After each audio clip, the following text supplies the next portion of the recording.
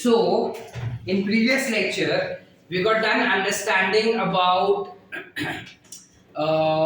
decomposers, and we got done understanding about heterotrophs. Okay, where we spoke about different types of heterotrophic protozoans. Post that for today, we've understood about autotrophic protists. जिसमें सबसे पहले example हमने लिया chrysophytes का. Chrysophytes हमने कहा दो type के होते हैं, एक होता है डेस्मिड्स, एक होता है डायटम्स. लेकिन डेस्मिड्स के बारे में एनसीईआरटी ज्यादा बोलता नहीं, हमको ज्यादा पढ़ना भी नहीं है. ठीक है, हम पढ़ेंगे डायटम्स के बारे में. डायटम्स का क्या खासियत है? डायटम्स का डाई वर्ड जो है ना, वो बेसिकली इस्तेमाल किया गया है उनके सेल वॉल के लिए, जहाँ पे उनका सेल वॉल कुछ ऐसे होता है सोप केस जैसा. ठीक है, उनका सेल वॉल जब ऐसे सोप केस का रहेगा ना, एक नीचे रहता है एक ऊपर रहता है और अंदर सेल रहेगा. और ये पूरा सेल वॉल जो होता है वो सिलिका से बनता है और उनके ऊपर छेद होंगे. ये छेद क्यों होते हैं? ये छेद इसलिए होते हैं ताकि चीजें अंदर बाहर आ सके, न्यूट्रिएंट्स जो है सेल के अंदर आ सके, न्यूट्रिएंट्स जो है सेल के बाहर भी जा सके. समझे कि नहीं? इसके अलावा इनका सेल वॉल नॉन डिस्ट्रक्टिबल होता है. उनके सेल वॉल को तुम तोड़ ही नहीं सकते. अब क्योंकि सेल वॉल को तोड़ नहीं सकते, इस वजह से जब डायटम्स मर जाते हैं ना, तब उनके सेल्स एक के ऊपर एक पाइल कर देते हैं. अब सेल्स तो मर जाएगा, लेकिन उसका सेल वॉल वैसा का वैसा रहेगा. तो धीरे धीरे करके जब उनका फॉसिल बनता है ना, तब ये सेल वॉल एक दूसरे को चिपक जाते हैं और चिपक के एक स्ट्रक्चर बनाता है जिसे कहते हैं DEM, that is diatomaceous earth material. Are we clear? Diatomaceous earth matter और डायटोमिशियस अर्थ मटेरियल दोनों सेम है. क्लियर है? इसके अलावा ये जो डायटोमिशियस अर्थ मटेरियल बना है ना, उसका ये मटेरियल काफी ज्यादा इंपॉर्टेंटली इस्तेमाल किया जाता है फिल्ट्रेशन के लिए, जहाँ पे अलग अलग चीजों को हम फिल्टर कर सकते हैं, जैसे ऑयल हुआ, वाटर हुआ, या फिर अलग अलग सॉल्यूशंस का मिक्सचर हुआ या सिरप्स हुए. इन सब के फिल्ट्रेशन में काम आता है. इसके अलावा ये फोटोट्रोफ्स है. फोटोट्रोफ्स होने के साथ साथ सबसे importantly they are classified to be the chief producers of marine ecosystem. यानी कि मरीन इकोसिस्टम में सबसे भारी मात्रा में अगर कोई खाना बनाता है ना, तो वो हमेशा डायटम्स ही होते हैं. ठीक है, इसके अलावा इनके शेप का बात करें तो हर एक एंगल में इनका अलग अलग शेप दिखाई देगा अपने को. ठीक है, हर एक एंगल में इसका शेप जो है वो अलग अलग दिखाई देगा.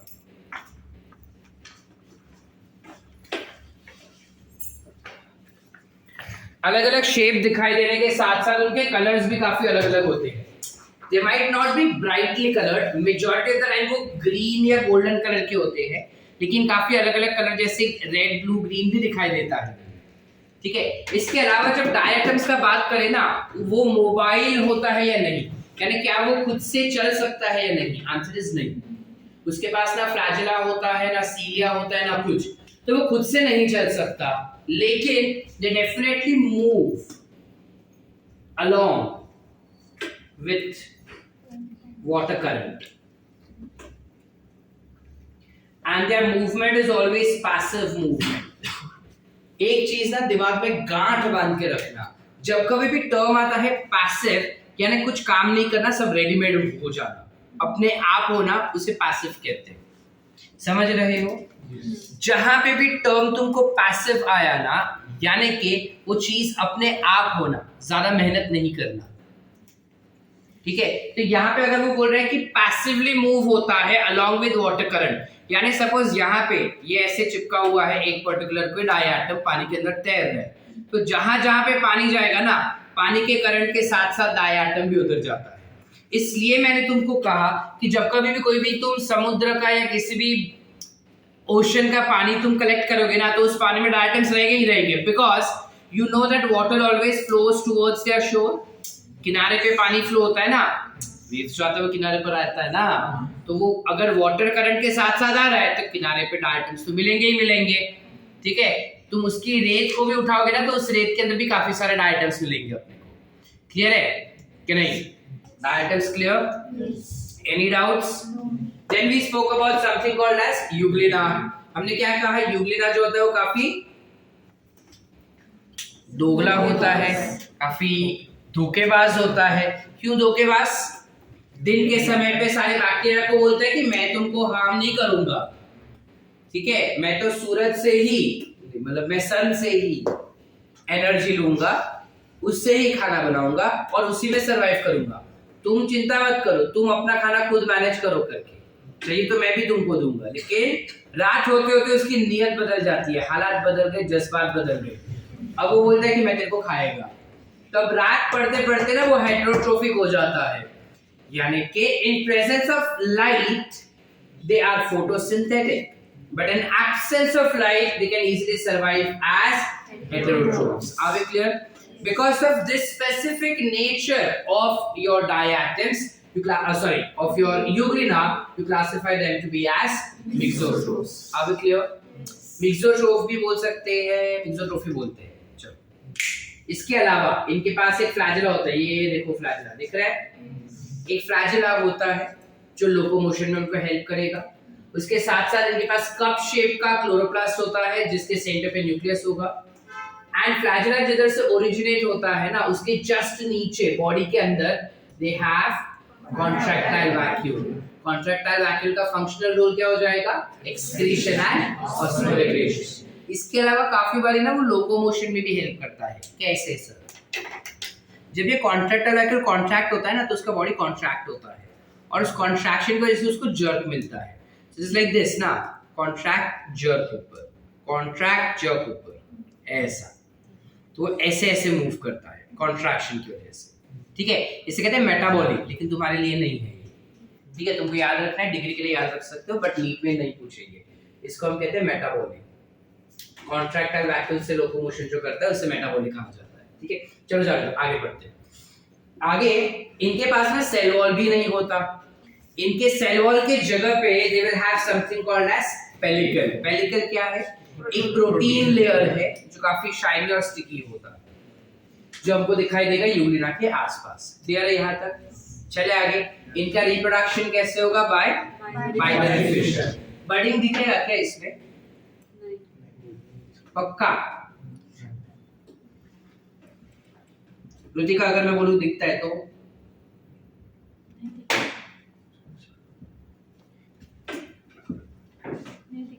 नहीं दिखता है, नहीं दिखता है, ठीक है। चल आगे चलते हैं। डिनोफ्लैजिलेट्स के बारे में हमने क्या देखा कि जो डिनोफ्लैजिलेट्स होते हैं उसका नाम डाइनोफ्लैजिलेट्स हम प्रोनाउंस करते हैं ताकि हमको याद रहे कि डाई माने टू, फ्लैजिलेट माने फ्लैजिला। इसके पास होते हैं दो फ्लैजिला और दोनों फ्लैजिला एक स्पेसिफिक तरीके से ऑर्गेनाइज्ड होता है। ऐसे नहीं कि रैंडमली कहीं पे भी कैसे भी लगा दिया और बन गया फ्लैजिला। वो एक पर्टिकुलर तरीके से फ्लैजिला लगे हुए हैं। अब वो पर्टिकुलर तरीका क्या है? एक एकदम ग्रूव बनाया जाता है जिसमें एक ट्रांसवर्स ग्रूव होगा और एक लॉन्जिट्यूड। ट्रांसवर्स ग्रूव से ट्रांसवर्स फ्लैजिला आएगा, लॉन्जिट्यूडनल से लॉन्जिट्यूडनल फ्लैजिला, और ये फ्लैजिला ऐसे ऐसे मूव करेंगे या फिर ऐसे ऐसे मूव कर सकते हैं। अब जब ये मूव करते हैं ना ऐसा, तो तुम्हारा डायटम टंबल करके मूव होता है, गोल गोल करके मूव होगा, गुलांट मार के, ठीक है। इसके अलावा इनके पास बहुत ही ब्राइट कलर्स होते हैं, जैसे दिखेंगे red, green, orange, violet, blue etcetera, ऐसे अलग अलग कलर के होते हैं। गाना देखा है वो तेरी गलियां, एक विलन का, श्रद्धा कपूर ऐसा पानी उठा के ऐसा फेंकती है, वो जो होता है ना चमकीला चमकीला सा, वो यही होता है। अंधेरे में चमकना इज आल्सो देयर कैरेक्टरिस्टिक, जिससे हम कहते हैं बायोलुमिनेसेंस, ठीक आहे। डोसक्यात शिरते नक्की? जाऊ पुढे? अरे जाऊ का? इसके अलावा हमने कहा कि ये जनरली स्फेरिकल शेप का होता है जिसका सेल वॉल टफ होता है, composed of cellulose. Is there cell wall non destructible? No, the cell wall is absolutely destructible. इसका खासियत क्या है? देखो पहला तो ये खासियत होता है कि वो बायोलुमिनेसेंस देता है, बाकी किसी में नहीं होता ये चीज। इसके अलावा they are responsible to be photosynthetic, of course, phototrophs है। इसके अलावा एक और खासियत है इसका, इसमें ना एक रेड डिनोफ्लैजिलेट है जिनका नाम है गोनियोलैक्स।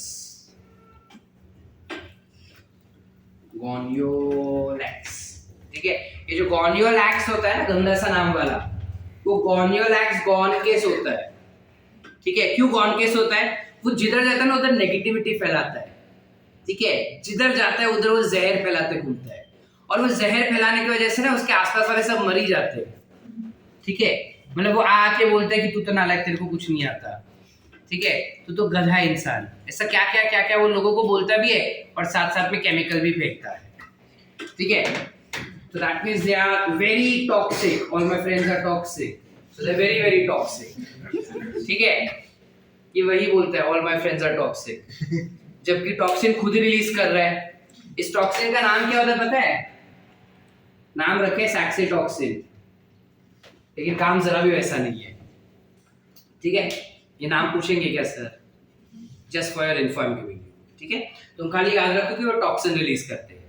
ये टॉक्सिन रिलीज करते हैं तो क्या सर? एक और खासियत है ना कि ये टॉक्सिन ना रैंडमली रिलीज नहीं करते, एक स्पेसिफिक तरीका है जिसमें ये टॉक्सिन रिलीज करता है। क्या?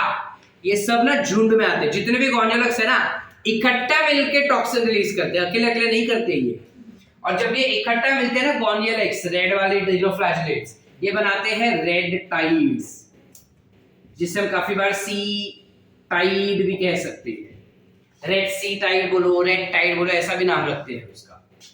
और इसमें इस पूरा मतलब क्या होता है कि कभी समुद्र किनारे गए हैं तो जो किनारा होता है वहां पे पूरा ऐसा रेड कलर का पट्टा हो सकता है। इमेजिन कि ये पूरा समुद्र है, ठीक है, ये पूरा, चलो ऐसे बना देता हूँ, ये पूरा ऐसा समुद्र है, इमेजिन, ठीक है। और यहाँ पे you have this land which is there.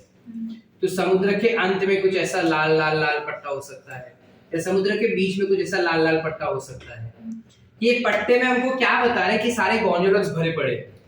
अब वो गॉर्नियोलक्स ऊपर तैर रहे हैं क्योंकि फ्लैजेला है, तो खुद से तैर रहा है और जिधर चाहे उधर जा रहा है, और झुंड बना के वो टॉक्सिन रिलीज कर रहा है।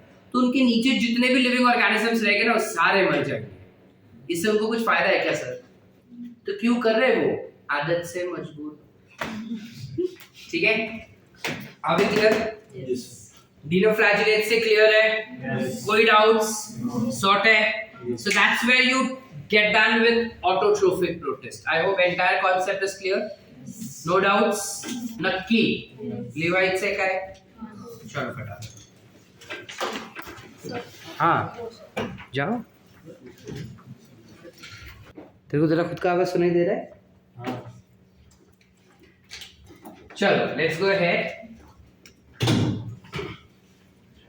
Now we go for the next kingdom, which is fungi.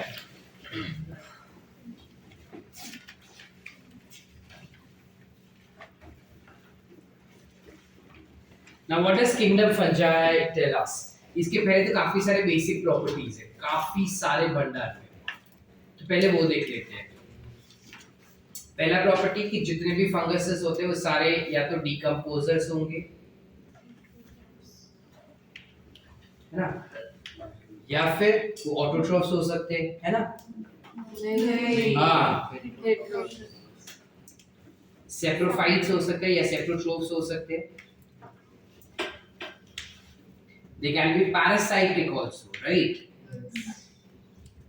Apart from being parasitic, they can also be symbiotes. नहीं, symbiote उसका mode of nutrition नहीं हुआ। They can be heterotrophs. इन सब में डिफरेंस क्या है सर? थोड़ा थोड़ा डिफरेंस है सब में। जब हम डिकम्पोजर्स का बात करते हैं, ये कोई जिंदा ऑर्गेनिज्म होता है जिनके ऊपर वो फीड करता है। ये फीड करने का तरीका थोड़ा अलग होता है। सैप्रोट्रोफ में क्या होता है कि जो फंगस रहते हैं वो केमिकल्स बाहर छोड़ते हैं, चीजों को डाइजेस्ट करते हैं और बाद में उसको एब्जॉर्ब करते हैं। Those are सैप्रोट्रोफ्स। पैरासाइटिक तुमको पता है क्या होता है। And heterotroph is a larger term जहां पे वो इन दोनों में से किसी और मेथड का इस्तेमाल करते हैं खाना खाने के लिए, ठीक है। इसके अलावा they are basic, okay, they can be symbiotic और they can be non symbiotic.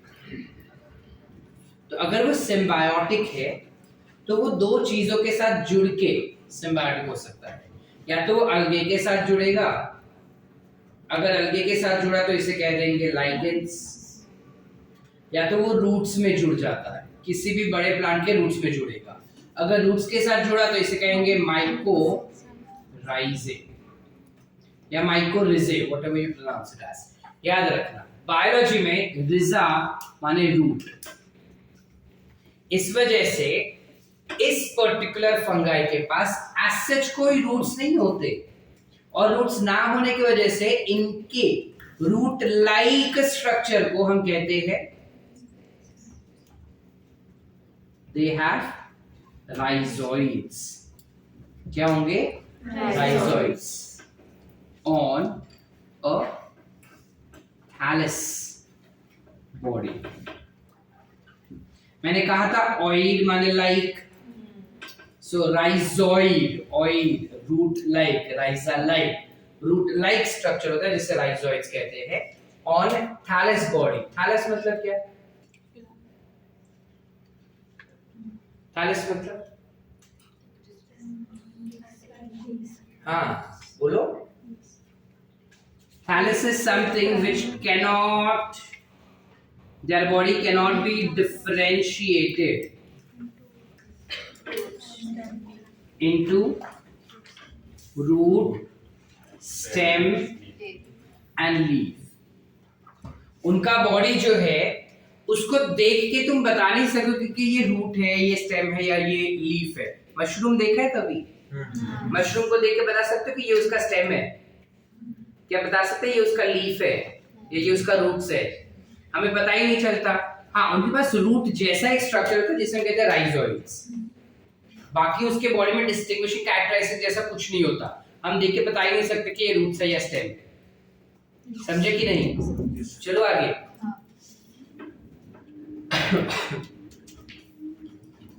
The basic structural unit of their body is called as mycelium। उनके बॉडी का एक बेसिक यूनिट होता है जिसे हम कहते हैं माइसीलियम। अब माइसीलियम जो होता है ये क्या होगा sir? This is nothing but network of hyphae. अब क्वेश्चन है इसके सर हाइफे क्या होता है? हाइफे ना एक लंबा सा फिलामेंटस स्ट्रक्चर होता है। Hyphae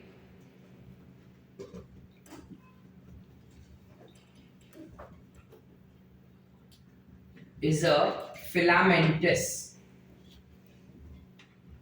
structure। और ये जो filamentous structure है ना वो दो टाइप के हो सकते हैं। या तो ये पूरा फिलामेंट एक ही सेल से बना हो सकता है जिसमें बहुत सारे न्यूक्लियस है, तो इस टाइप के फिलामेंट को क्या बोल रहे हैं हम? कि जो फंगस होता है, लेट्स से ये अपना मशरूम जो है एक टाइप का फंगस ही है ना, तो लेट्स से ये मशरूम है ऐसा। इस मशरूम के अंदर ना कुछ ऐसा एक पट्टा होता है और वो पट्टी का पूरा ऐसा नेटवर्क होगा, ऐसा दिख रहा है, ऐसा पूरा पट्टी का पूरा ऐसा नेटवर्क होगा, दिसतंय?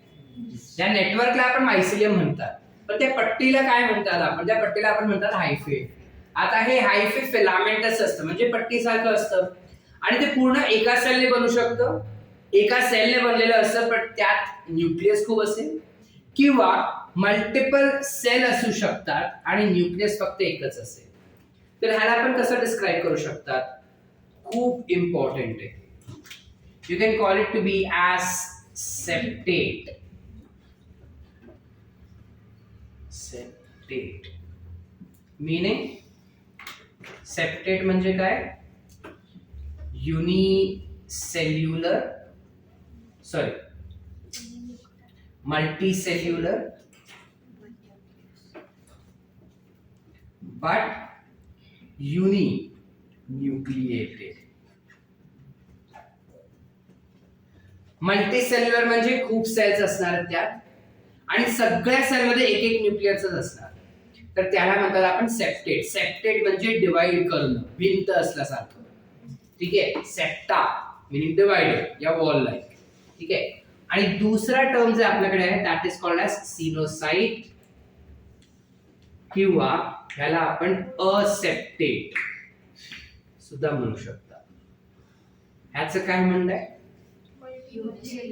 They will be unicellular but multinucleated. Are we clear? करते कि ना? Everyone. Yes. चलो आगे. तेरे को लिखने को टाइम दूंगा, पहले समझ ले क्या है.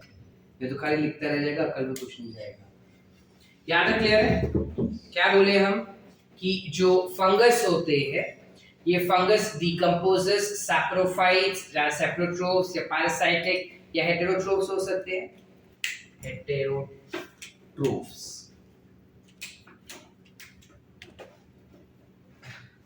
हेटेरोट्रोफ्स हो सकते हैं. ये सिम्बायोटिक या नॉन सिम्बायोटिक हो सकेगा. सिम्बायोटिक हुआ तो या तो अलगे के साथ जुड़ेगा या रूट के साथ. अलगे के साथ जुड़ा तो लाइकेन, रूट के साथ जुड़ा तो माइकोरिज़म. और हमेशा उसके पास रूट लाइक स्ट्रक्चर होगा जैसे राइजोइड्स कहेंगे. एंड थैलेस बॉडी रहेगा. थैलेस बॉडी म्हणजे काय? which cannot be differentiated into root stems and leaves.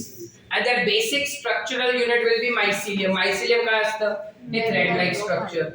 लेकिन ये नेटवर्क ऑफ थ्रेड है ना. थ्रेड को क्या कहते हैं? थ्रेड को कहते हैं हाइफे. हाइफे दो टाइप के होंगे. एक होगा सेप्टेट, एक होगा असेप्टेट या फिर सिनोसाइड. ठीक है?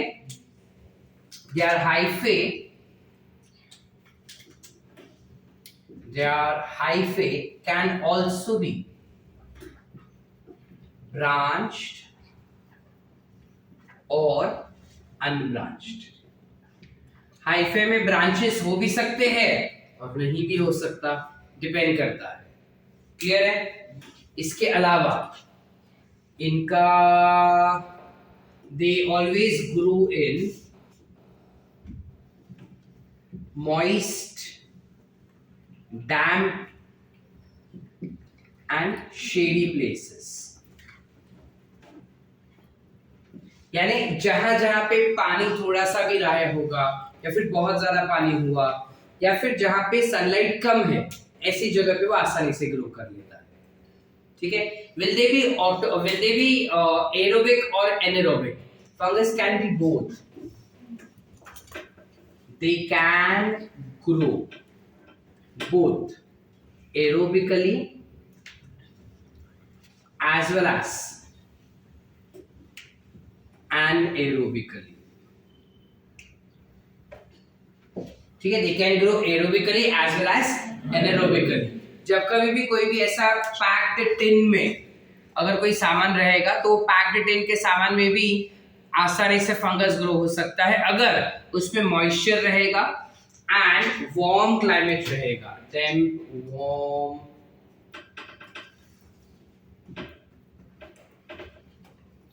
क्लाइमेट होगा तो वो आसानी से ग्रो कर लेता है. ठीक है? इसके अलावा they can their cell wall is composed of chitin, which in turn is nothing but lichens. They are in turn nothing but lichens. कौन सा lichen होता है? This is composed of nag. Nag पता है क्या है? नहीं ना? हाँ. Nag is nothing but N-acetyl glucosamine. क्या है वो? N-acetyl glucosamine से बनता है. Glycans है ना कोई भी carbohydrate. So chitin is nothing but a glycan which is nothing but composed of N-acetyl glucosamine. It is basically a polysaccharide that is homopolysaccharide composed of N-acetyl glucosamine. आसान है? चलो आगे. चलो. इसके अलावा for reproduction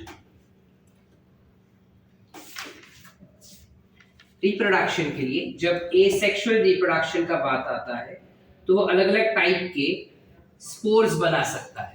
asexual reproduction के लिए कौन से हो सकते हैं ये अलग अलग टाइप के स्पोर्स? एक स्पोर हो सकता है जिसे हम कहते हैं कोनिडिया जो नॉन मोटाइल होता है, या फिर वो बना सकता है समथिंग कॉल्ड एज प्लानोस्पोर, या फिर वो बना सकता है जूस्पोर. आसान आसान. अलावा हम सेक्सुअल रिप्रोडक्शन की बात करेंगे। सेक्सुअल रिप्रोडक्शन नहीं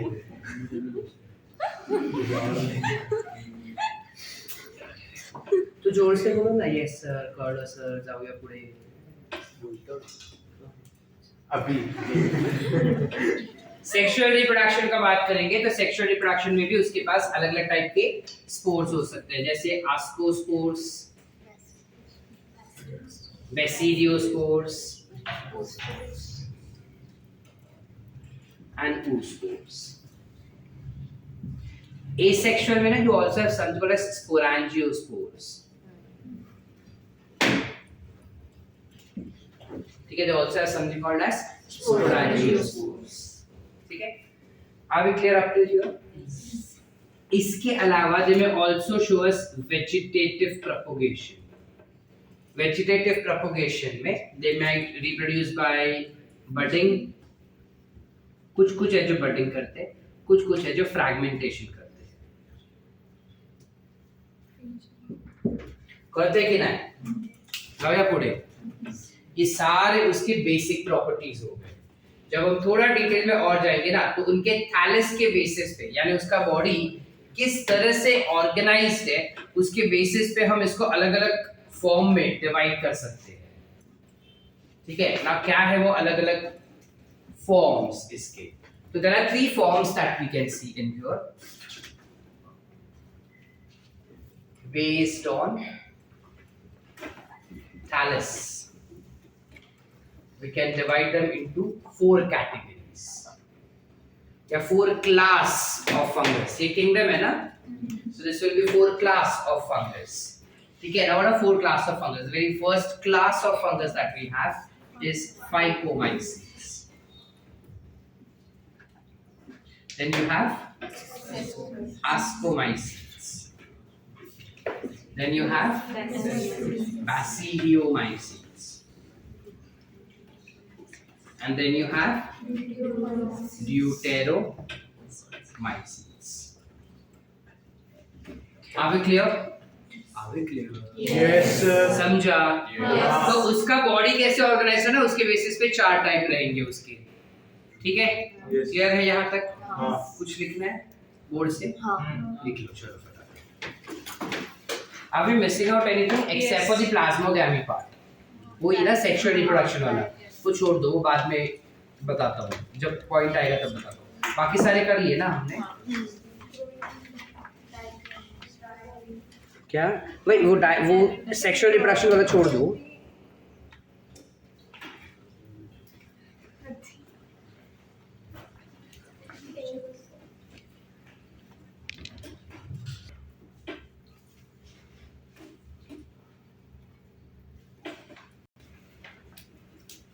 चारों एक साथ पढ़ लेंगे बाइफरकेट करके।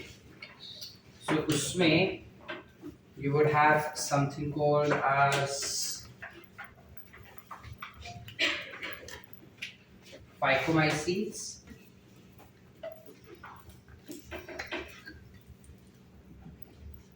then you have something called as Deuteromyces,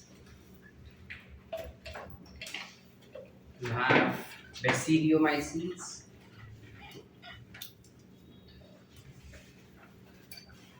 and then you have इसे अस्को कर देते।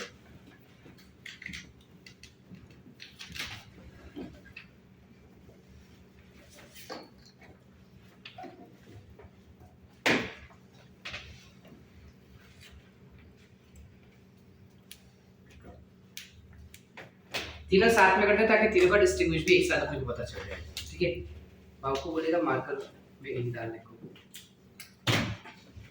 या फिर दूसरा रेडी रहेगा तो बोले क्या है, उधर रुकना मत।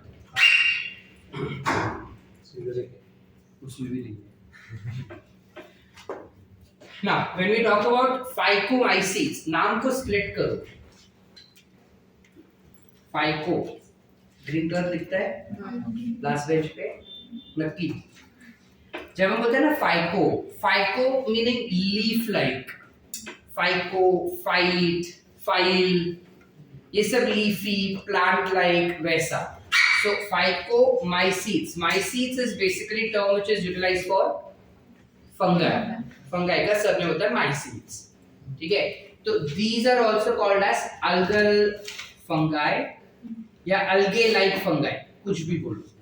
Algal fungi या algae like fungi. क्यों ऐसा बोलते हैं? वो हमको उसकी प्रॉपर्टीज की बात समझेगा. ठीक है. जबकि अगर हम ascomycetes का बात करें, asco माने sac, mycete यानी fungi. So they are also called as sac fungi. ठीक है. इसको हम sac fungi भी कह सकते हैं बिकॉज इसका जो बॉडी होता है ना वो sac जैसा होता है. ठीक है. करवंटी सारखं असतं याचं बॉडी. त्यानंतर you will have basidiomycetes. Basidio meaning club. Basidio म्हणजे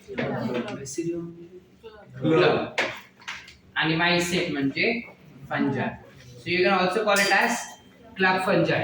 Now why do I call it to be as club fungi is because ये पूरा जो फंगस होता है ना वो क्लब शेप का दिखता है. क्लब शेप क्या होता है? पत्ते खेले कभी? फल्ली असते फल्ली. फल्ली इंग्लिश में उसको क्या बोलते हैं? मुझे इंग्लिश में से क्लब कहते हैं. ऐसा होता है देखो. क्या बनता है? हम उससे फल्ली बोलते हैं.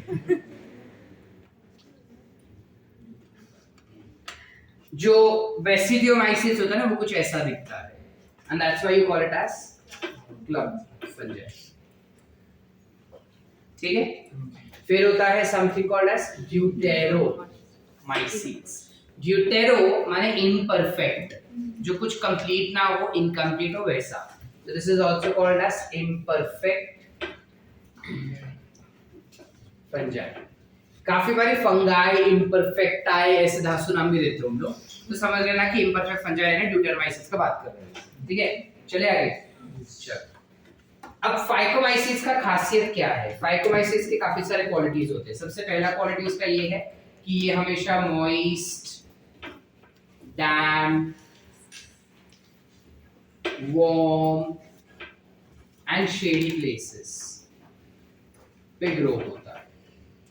To be very specific, they tend to grow on moist lagoons.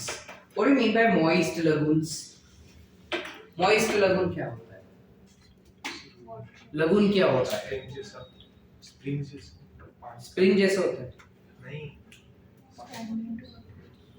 It's a stagnant water और ये थोड़ा मार्शी जैसा होता है.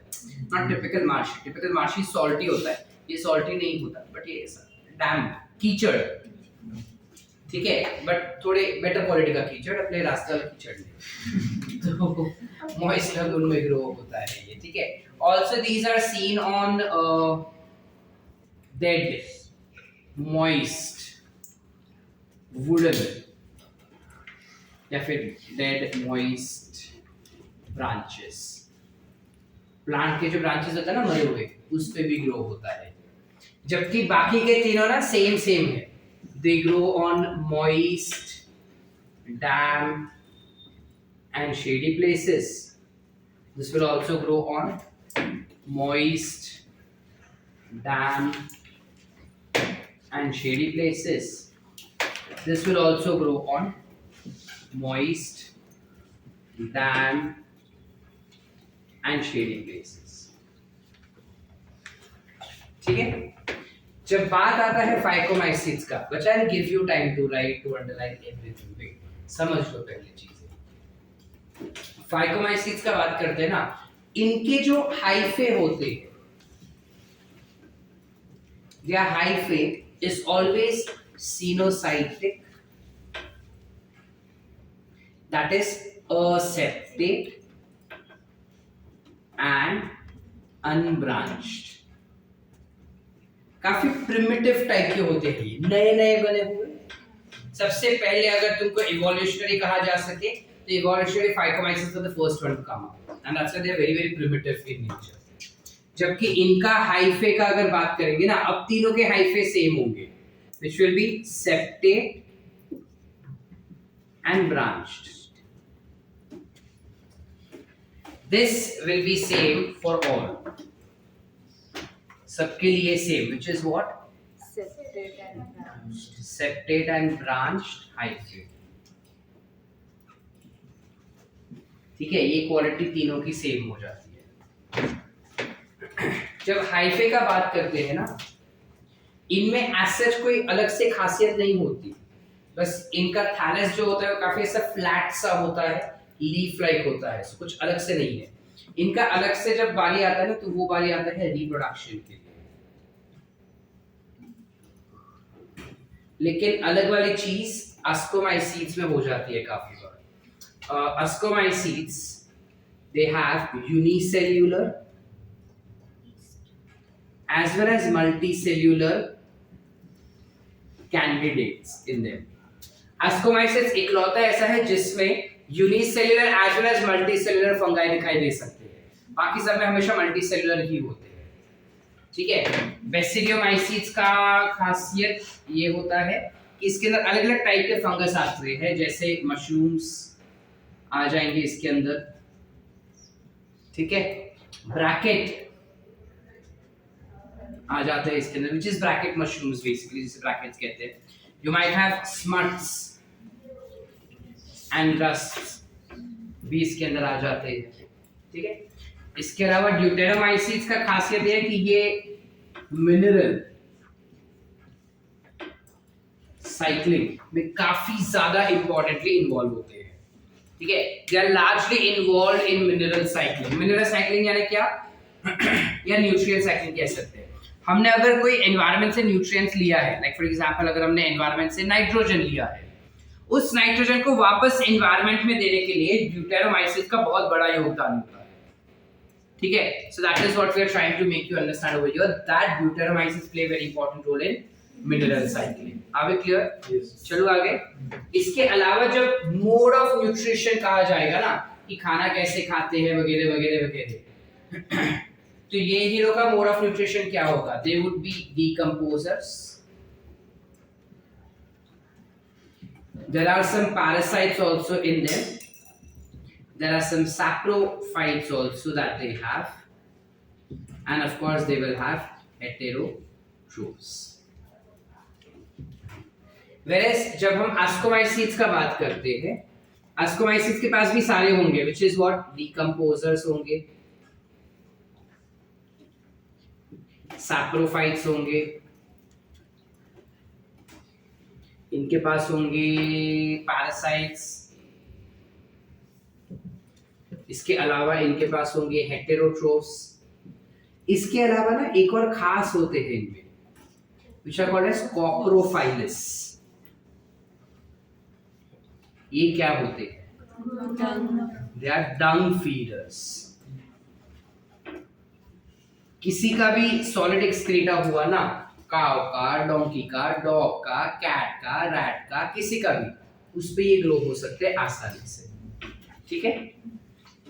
जबकि बेसिडियोमाइसीड्स जो होते हैं, they are decomposers, saprophytes,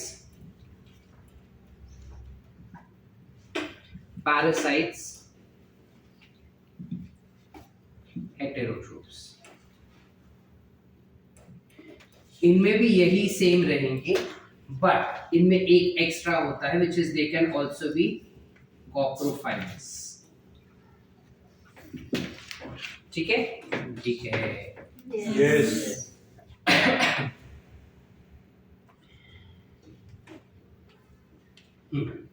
Talking about their reproduction. जब reproduction का बात करते हैं, they can undergo vegetative propagation by budding, or they can undergo vegetative reproduction by fragmentation. ये तो तीनों चारों में सेम है, नो डिफरेंस. इसके अलावा जब एसेक्सुअल स्पोर का बात आता है, एसेक्सुअल रिप्रोडक्शन का बात आता है, इन देम एसेक्सुअल रिप्रोडक्शन के लिए they tend to produce a planospore और zoospores. जहां पे मेरे ख्याल से ये मेंशन करने का जरूरत नहीं है तुमको कि जो zoospores होते हैं they are मोटाई, and these are non-motor. अब फंगस भी, सॉरी अलगे भी एसेक्सुअल रिप्रोडक्शन जब करता है ना, तब यही दो स्पोर्स रिलीज करता है। अलगे भी जब एसेक्सुअल रिप्रोडक्शन करना होता है तब यही दो रिलीज करता है। ये फंगस भी सेम कर रहा है, इस वजह से हम इसको अलगल फंगाई कहते हैं। समझे कि नहीं समझे? समझे। बाकी कोई दूसरा रीजन नहीं।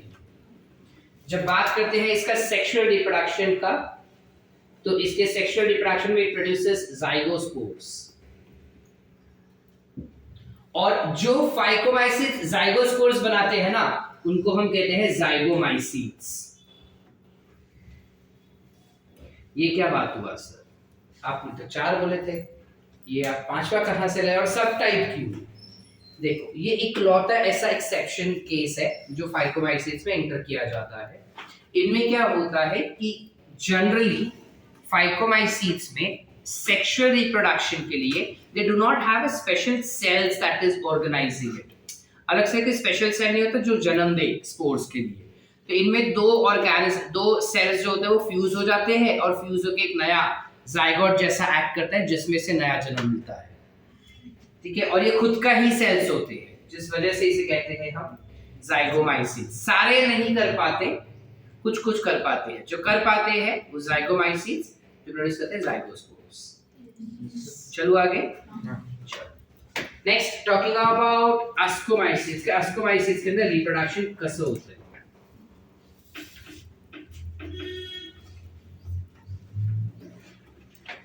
इसका जब रिप्रोडक्शन का बात करते हैं इन अस्कोमाइसीट्स, वेजिटेटिव प्रोपगेशन मैंने कहा तुमको सेम होगा चारों में, which is there will be budding and fragmentation. इसके अलावा जब एसेक्सुअल रिप्रोडक्शन का बात करते हैं, फॉर एसेक्सुअल रिप्रोडक्शन इनके पास ऐसे माइसीलियम आता है, फिर माइसीलियम का जो टिप होता है ना वो ऐसे कुछ बल्ज हो जाता है। माइसीलियम का टिप ना कुछ ऐसे फूग जाता है। ये फूगा हुआ टिप जो है ना वो स्पेशल टाइप का टिप बोलते हैं। ठीक है, और उस टिप में से फूकता नहीं है, लेकिन फूकने के बाद ऐसा कुछ पॉइंटेड स्ट्रक्चर भी देता है। वो दिख रहा है ऐसे। इस फूगे हुए टिप को you call it to be as conidiophore. क्या कहेंगे? कोनिडियोफोर। कोनिडियोफोर के ऊपर तुमको मिलेंगे छोटे छोटे स्पोर्स, कुछ ऐसे ऐसे स्पोर्स लगे रहते हैं। दिखाई दे रहा है? ये मैंने कम बनाए बट पूरे झुंड में होते हैं ऐसा। माइक्रोस्कोप के अंदर काफी मस्त दिखता है ये पूरा। तो ये जो स्ट्रक्चर है ना, स्पोर्स जो दिखाई दे रहे हैं अपने को, इन स्पोर्स को you call it as conidia. क्या कहेंगे? कोनिडिया। अच्छा, अभी एक बात बताओ, ये जो कोनिडिया है वो किसी में पैक्ड है या खुला है? खुला है ना, इस वजह से इसको हम कहेंगे एक्सोजिनस स्पोर। क्या कहते हैं? Exogenous spore. नीट में इस पे क्वेश्चन आ चुका है कि कोनिडिया किस टाइप का स्पोर होता है? एक्सोजिनस। ठीक है, क्योंकि वो बाहर खुला है। एसेक्सुअली ये ऐसे रिप्रोडक्शन करता है। जब बारी आता है सेक्सुअल रिप्रोडक्शन का, तो सेक्सुअल रिप्रोडक्शन के टाइम पे इनके पास एक स्पोर होता है जिसको हम कहते हैं अस्कोस्पोर। एक तो पहले इनके पास ना ऐसे कुछ ऐसा सैक जैसा स्ट्रक्चर होता है।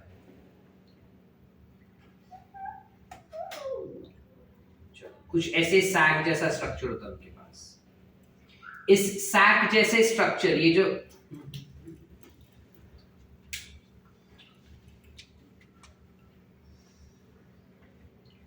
ये सैक जैसा स्ट्रक्चर जो दिख रहा है ना, इस सैक जैसे स्ट्रक्चर को कहते हैं अस्काई। प्लूरल में अस्काई, सिंगुलर में अस्कस।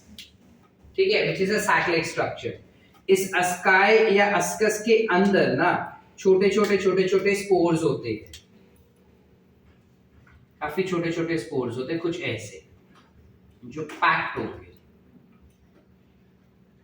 ये जो छोटे स्पोर्स अंदर दिखाई दे रहे हैं, इन स्पोर्स को हम कहते हैं आस्कोस्पोर्स। अब ऑब्वियसली दिख रहा है कि स्पोर्स पैक्ड है सैक लाइक स्ट्रक्चर में, तो ये क्या हो जाएंगे? एंडोजीनस। और ऐसे बहुत सारे सैक लाइक स्ट्रक्चर जो रहेगा वो कुछ ऐसे पैक्ड रहेगा, ऐसा। समझ पा रहे? मतलब वो कुछ ऐसे फंगस होगा कप शेप में, और उनमें कुछ ऐसे अस्काई होंगे, देख पा रहे?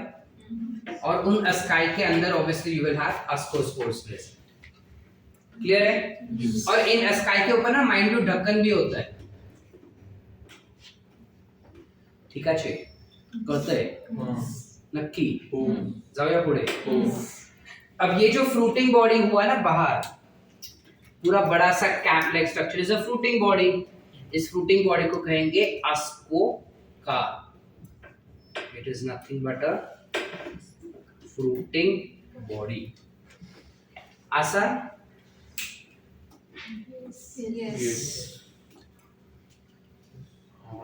समझा। अस्कोमाइसीट्स दो टाइप के रिप्रोडक्शन करता है, सेक्सुअल और एसेक्सुअल।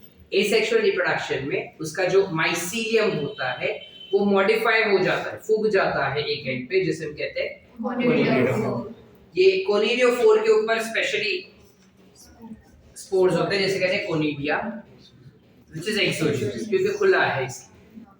फिर सेक्सुअल रिप्रोडक्शन में उसके पास ना पूरा फ्रूटिंग बॉडी होता है, जिसे कहते हैं अस्कोकार्प। उस अस्कोकार्प के अंदर उसके पास होता है sac-like structure which is called as asci।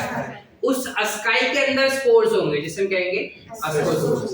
देखो ऐसा सेम चीज ना एनिमल्स में भी होता है।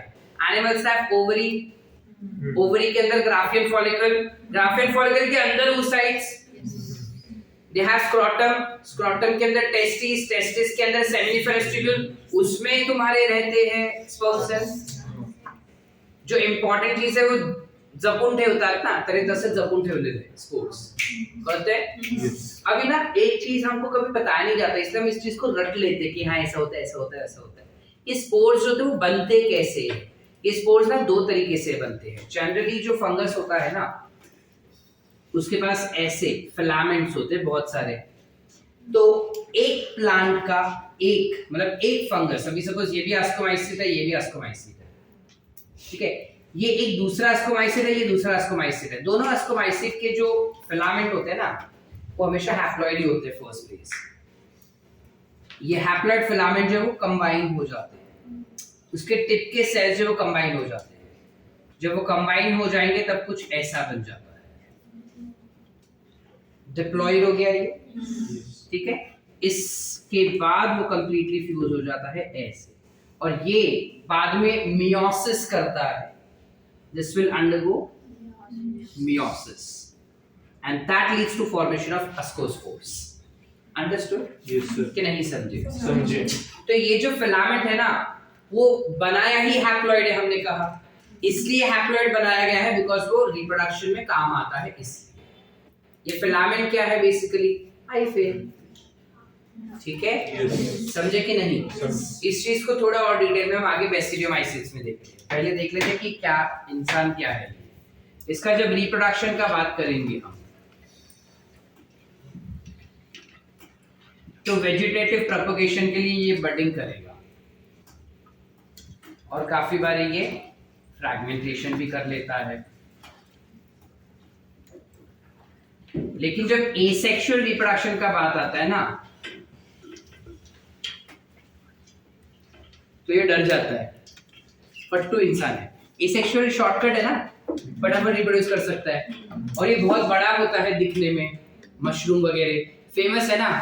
अब फेमस लोग जो रहते हैं वो शॉर्टकट लेने से डरते हैं, लोग देखेंगे ना, लोग क्या करेंगे, तो बोला कि मैं सेक्सुअल एसेक्सुअल रिप्रोड्यूस नहीं करूंगा, करूंगा तो सेक्सुअली। लेकिन झोल ये है कि इसके पास सेक्सुअल ऑर्गन ही नहीं है रिप्रोड्यूस करने के लिए। अब क्योंकि इसके पास सेक्सुअल ऑर्गन ही नहीं है, so they lack sexual organ। अब क्योंकि इसके पास सेक्सुअल ऑर्गन नहीं है, याद है मैंने क्या कहा कि ये सेक्सुअल ऑर्गन है उसके, दोनों अलग अलग फंगस के, इसके पास वो ऑर्गन ही नहीं है. So instead of two gametic cells getting fused together, you would rather have what getting fused together? Somatic cells. Understood? कि नहीं समझे? तो यहाँ पे बेसिडियोमाइसिस में क्या होता है, एक प्लांट का सोमैटिक सेल दूसरे प्लांट का सोमैटिक सेल्स फ्यूज हो जाते हैं. जब ये फ्यूज हो जाते हैं तो अपने को दो न्यूक्लियाई मिलेंगे. इस दो न्यूक्लियाई को हम क्या कहेंगे, पहले तो ये फेस को क्या कहते हैं, नहीं हाँ मतलब हाँ इस प्रोसेस को you call it as plasmogamy. You call it to be as plasmogamy. क्योंकि साइटोप्लाज्म फ्यूज हुआ है इसलिए. Which will later on, थोड़ी देर के बाद इसका न्यूक्लियस भी फ्यूज हो जाता है, तब इसे कहेंगे कैरियोगैमी. और यही कैरियोगैमी जो जाइगोटिक बना है डिप्लॉइड होके, वो आगे करेगा क्या, मियोसिस, एंड मियोसिस करके बनाएगा बेसिडियोस्पोर्स. ठीक है, समझे कि नहीं? काफी बार ना सेल जो है वो इस स्टेज पे आके अटक जाता है और उसको आगे जाने के लिए थोड़ा टाइम लगता है. इट्स नॉट अटक गया तो आगे नहीं जा पाएगा, वो आगे जाता है लेकिन इस फेज में फिलहाल के लिए वो अटक गया है. अब जब इस फेज में वो फिलहाल के लिए अटक गया ना, तो इस फेज को हम कहते हैं dikaryophase. We call it as dikaryophase, and the cell is called as dikaryotic cell. Cell को कहा जाएगा dikaryotic cell. Clear है यहाँ तक? Any doubts? यहाँ पे किया कुछ तो दिखेगा पीछे, इधर कर देता हूँ. बेसिडियोमाइसिस में क्या होता है, इनके लिए यहाँ पे बता रहा हूँ. इनमें क्या होता है, कुछ ऐसे फिर से सैक जैसा स्ट्रक्चर होता है, कुछ ऐसा. ठीक है, ये सैक जैसे स्ट्रक्चर को हम कहेंगे क्या, basidia. Plural basidia, singular basidium. ठीक है, इस बेसिडिया के ऊपर you will have small spores. कुछ ऐसे स्पोर्स लगे रहते हैं इसके ऊपर.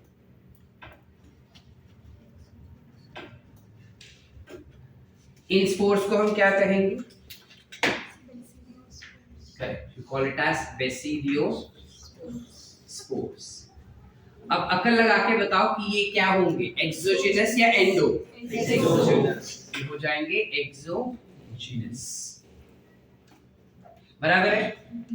और ये पूरा का पूरा स्ट्रक्चर एक फ्रूटिंग बॉडी में होगा, और इस फ्रूटिंग बॉडी को हम क्या कहेंगे, correct, this fruiting body is called as basidiocarp. Are we clear? Everyone? Any doubts? आसान? पूरा बेसिडियोमाइसिस सॉल्व. नेक्स्ट चलते हैं ड्यूटेरोमाइसिस पे. तुमको गर्मी नहीं हो रहा है क्या? नहीं, चलो ठीक है. हाँ कम कर सकते हो. कम है ऑलरेडी 20. 16. चलो ड्यूटेरोमाइसिस चलते हैं. इसमें ना झोल है.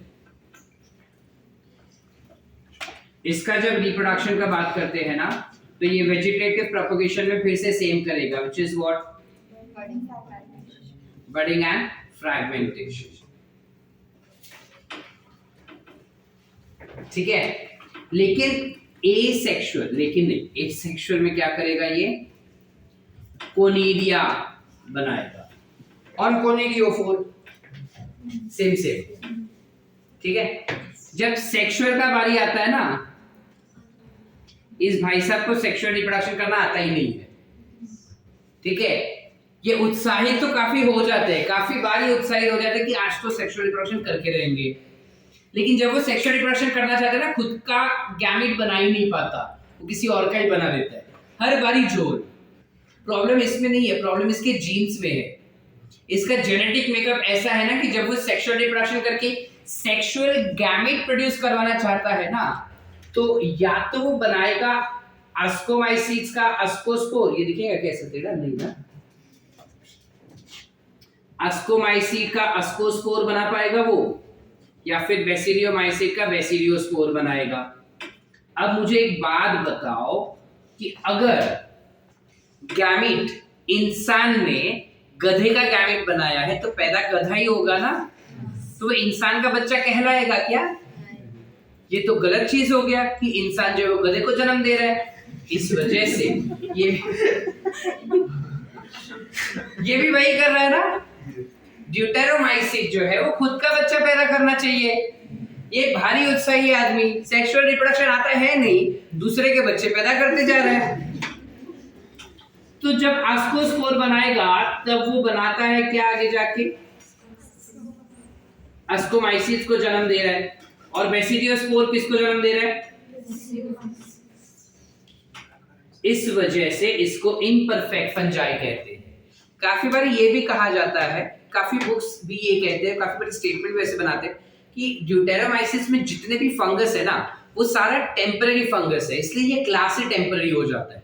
ऐसा क्यों सर? क्योंकि अभी बताया ना, वो बंदा जब सेक्सुअल रिप्रोडक्शन करने के लिए उत्साहित हो जाता है तो कोई और बन जाता है, जो गलत है। ठीक है, शुभाकर बोलता है तो इसकी नस्ल का क्या, कभी ना कभी तो खत्म होगा ना सर सेक्सुअल रिप्रोडक्शन में दूसरे। भाई वो एसेक्सुअल भी कर रहा है, वो वेजिटेटिव भी कर रहा है, तो उसके पास फंडे है अपनी प्रजाति बढ़ाने का, बट इसका मजा अलग है ना तो इसलिए उसका भी दिल है, नहीं है, forget। So कॉन्सेप्ट कर लो चारों का, पक्की बात। So that's where we end with your kingdom fungi. There are examples of each of them which is there, but I hope you have understood what it is. Yes. Commercially अगर देखा जाए तो कौन सा ज्यादा इस्तेमाल किया जाता है? Commercially Ascomycetes is very important. Commercially even Basidiomycetes is important, but not at a larger scale जितना Ascomycetes होता है। अगर तुमको क्वेश्चन आया that which of the following is commercially important or commercially important class of fungi, Ascomycetes। ठीक है, clear है यहाँ तक? लिखना है कुछ?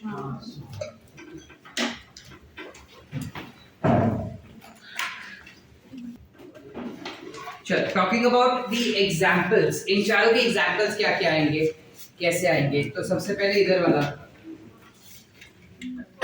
where you have an example something called as albugo, right?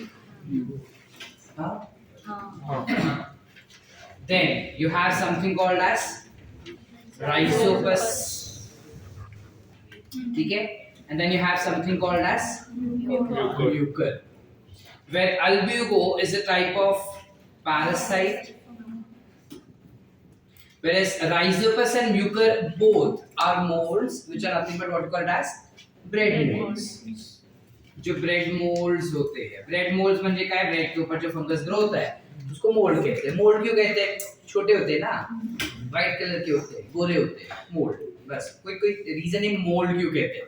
You basically have a class of fungus जिसे moulds कहा जाता है, जो चीजों को स्टिकी बना देता है, ठीक है, तो दोस आर मोल्ड्स बेसिकली। आसान? चलो तुमको एक ना पूरा निमोनिक बाद में लास्ट में दे देता हूँ मैं। Then you have Ascomycetes। Ascomycetes में बहुत सारे अलग अलग एग्जाम्पल्स आ रहे हैं। हमने कहा था कि ये कमर्शियली इंपॉर्टेंट क्लास है फंगस का। तो कमर्शियली इंपॉर्टेंट में सबसे पहले जो बहुत ज्यादा पैसा दिलाया अपने को वो हो गया पेनिसिलियम। बहुत पैसे दिलाया है ये, ठीक है, क्योंकि वो एंटीबायोटिक बनाता है, हमको पता है। It is an antibiotic producer। इसके बाद दूसरा जिसने हमको बहुत पैसा दिया है, बहुत ज्यादा पैसा, बिकॉज ये फर्मेंटेशन में हेल्प करता है, ठीक है। और अब जो इंडिया में नया पैसा, इंडिया में हाँ नया पैसा देना शुरू किया है, which is truffles and morels। Truffles के ना चिप्स आते हैं, खाए कभी? नहीं ना, जो शॉपिंग मॉल्स होते हैं ना उसमें मिलता है, अपने किराने की दुकान पे नहीं मिलता, महंगा होता है, ठीक है मैंने भी नहीं खाया। तो मॉरल्स एंड ट्रफल्स ये दोनों ऐसे चिप्स आते हैं। लेस कैसा होता है ना, कुछ वैसा होता है, थोड़ा ज़्यादा सोफिस्टिकेटेड होता है बस, और कुछ नहीं।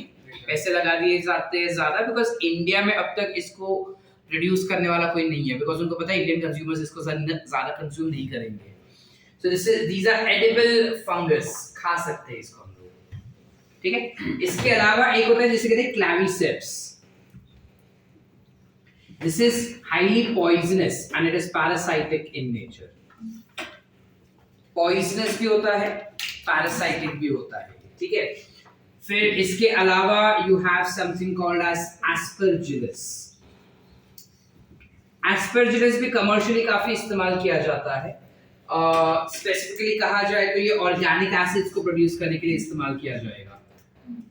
Organic acid producer, it tends to produce different types of organic acids. Alright? Ever are we missing out anything else? Neurospora, हाँ।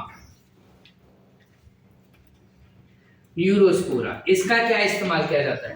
न्यूरोस्पोरा का स्पोर्स इस्तेमाल किया जाता है फॉर मॉलिक्यूलर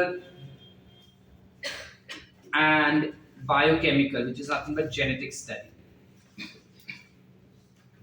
ठीक है। बायोकेमिकल एंड मॉलिक्यूलर स्टडीज में इस्तेमाल किया जाता है। इसके अलावा बेसिडियोमाइसिट्स का बात करते हैं तो इसमें you have Agaricus, which is a type of mushroom. Pizza खाया है? Mushroom pizza. most of the mushroom pizza will have agaricus on them, grey colour का स्लाइस करके जो डालते हैं, राउंड राउंड रिंग्स होता है, agaricus. Then you have Puccinia and you have Eustalibo. Smart.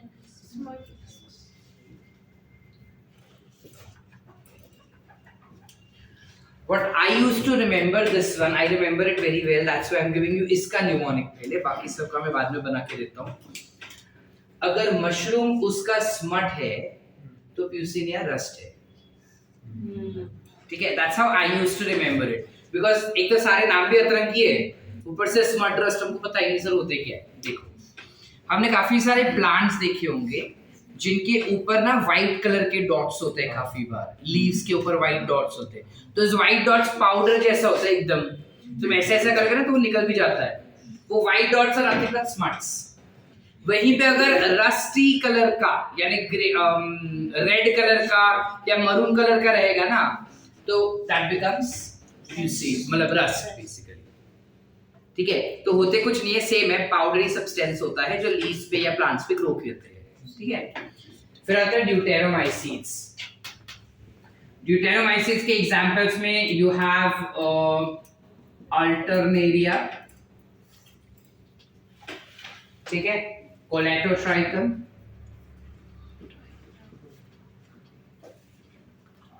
And trichoderma becomes different examples for your Deuteromycetes. I hope the concept is completely clear.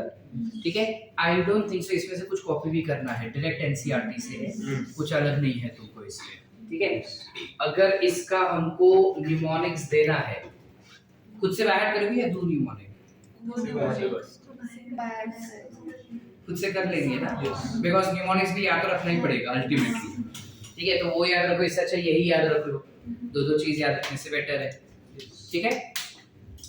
So that's where we end up with your fungus. Fungus का दो part बाकी है, माइकोराइज़े and lichens, ये दो चीजें पढ़नी बाकी है, बट अभी हमारे पास उतना टाइम नहीं है कि हम वो चीज कंप्लीट कर पाए, ठीक है। हम कल कर लेते हैं इसको, आज रीडिंग कर ले अभी, ठीक है, रीड कर लेते हैं and then take your final half an hour break.